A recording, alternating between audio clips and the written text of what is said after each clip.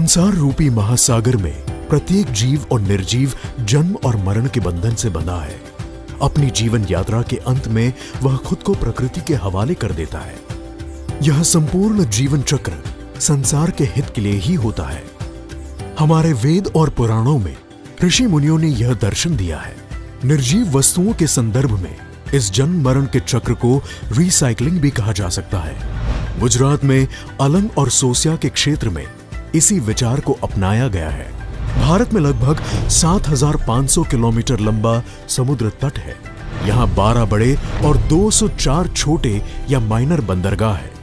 जहाजों का निर्माण और इनकी रिसाइकलिंग प्रधानमंत्री श्री नरेंद्र मोदी जी के नए भारत के स्वप्न का ही हिस्सा है।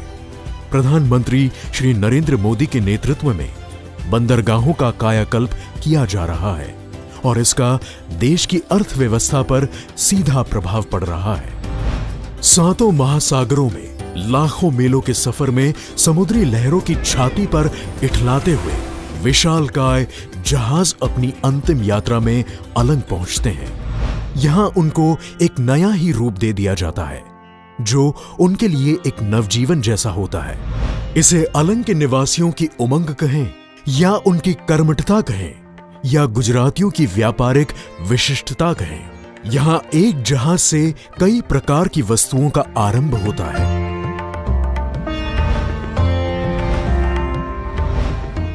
अलंग में जहाजों को तोड़ने या रिसाइकलिंग का काम 1983 में शुरू हुआ था। अभी यहां हर साल औसतन 230 से 250 जहाज रिसाइकलिंग के लिए आते हैं। इस रिसाइकलिंग के उद्योग से सैकड़ों लोगों को रोजगार मिलता है।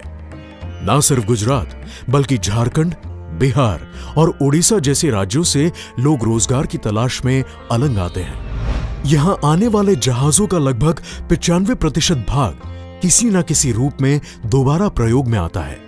जहाजों की रिसाइकलिंग से लगभग 35 लाख टन सेकेंडरी स्टील हर वर्ष प्राप्त होता है, जो देश के छोटे मोटे हर उद्योग के लिए जरूरी स्टील मटेरियल का लगभग 10% तक होता है। इतना ही नहीं, अलंग शिप रिसाइकलिंग उद्योग देश की अर्थव्यवस्था में नियमित रूप से $1.3 बिलियन के लगभग का योगदान करता है। जब अलंग में जहाजों को तोड़ने का काम शुरू किया गया, तब आज जैसी आधुनिक तकनीक उपलब्ध नहीं थी। उस समय श्रमिकों के लाभ की कोई सोचता ही नहीं था और ना तो किसी ने उनके स्वास्थ्य आदि के बारे में गंभीरता से सोचा। यहां तोड़े गए जहाजों के अलग अलग हिस्सों का तो उपयोग कर लिया जाता था, लेकिन उस दौरान जो हानिकारक पदार्थ निकलता था उसका कोई विशेष प्रबंध नहीं किया जाता था। इस कारण से पर्यावरण प्रदूषित होता था। जहाज को तोड़ते समय स्टील और लकड़ी के अलावा glass wool, ceramic, asbestos, thermocol, दूषित तेल आदि निकलते थे, जिनको ठीक तरह से निपटाना जरूरी था।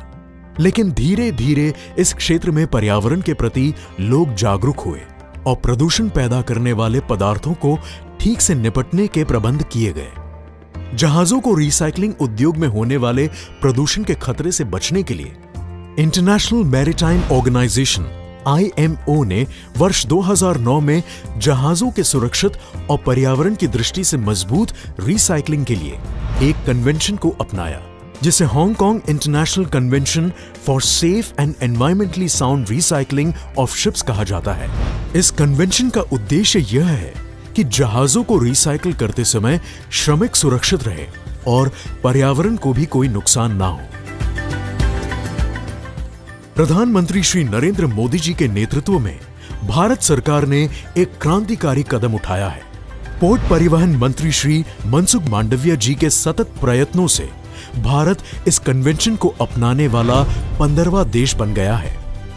प्रधानमंत्री श्री नरेंद्र मोदी जी के नेतृत्व में भारत समुद्री क्षेत्र में नया इतिहास रचेगा। इस क्रम में भारत सरकार ने पोर्ट पुनर्चक्रण विधेयक 2019 को मंजूरी दी और इससे देश में लाखों नए रोजगार के अवसर बढ़ेंगे और देश की अर्थव्यवस्था को भी मजबूती मिलेगी।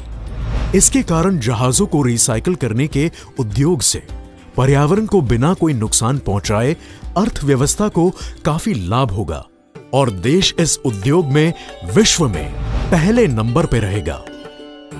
पर्यावरण के प्रति जागरूकता का एक उदाहरण यह भी है कि लगभग 95 रिसाइकलिंग प्लांट धारकों ने अपने खर्चे से अपने कार्यशैली को अत्याधुनिक बना लिया है और इन्हें हांगकांग कन्वेंशन की दृष्टि से मान्यता मिल गई है।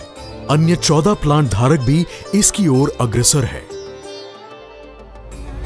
पर्यावरण को प्रदूषण से बचाने के लिए अलंग में एक अत्याधुनिक treatment, storage and disposal facility (TSDF) की स्थापना की गई है।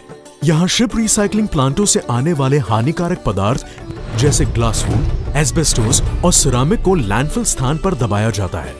थर्मोकोल और रबर के कचरे को इंसिनरेटर में नष्ट किया जाता है।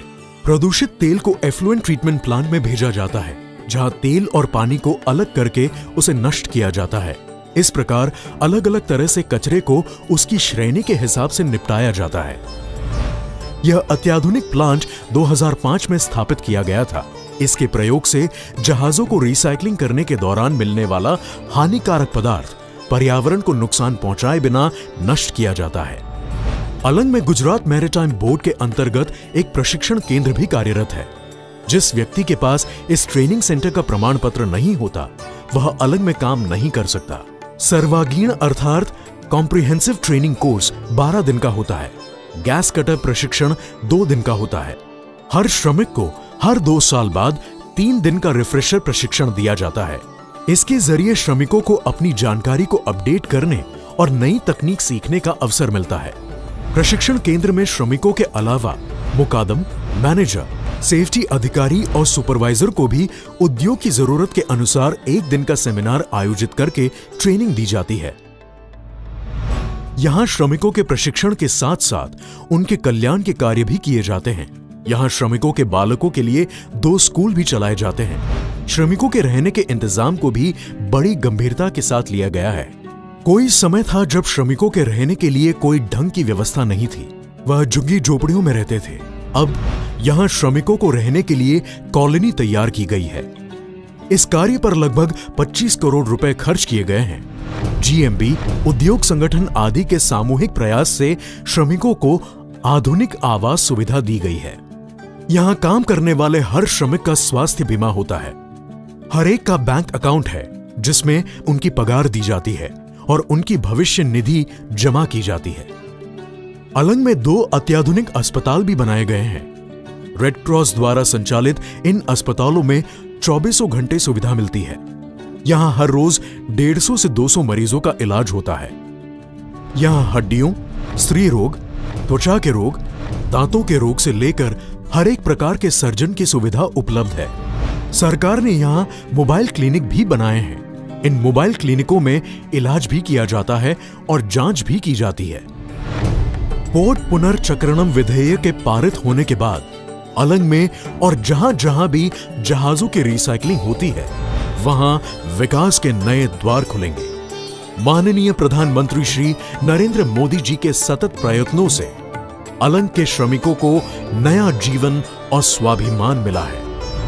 इन प्रयासों से प्रकृति को भी आदर और सुरक्षा मिली है। अब भारतीय जहाज रिसाइकलिंग उद्योग नई चुनौतियों को स्वीकारने के लिए तैयार है।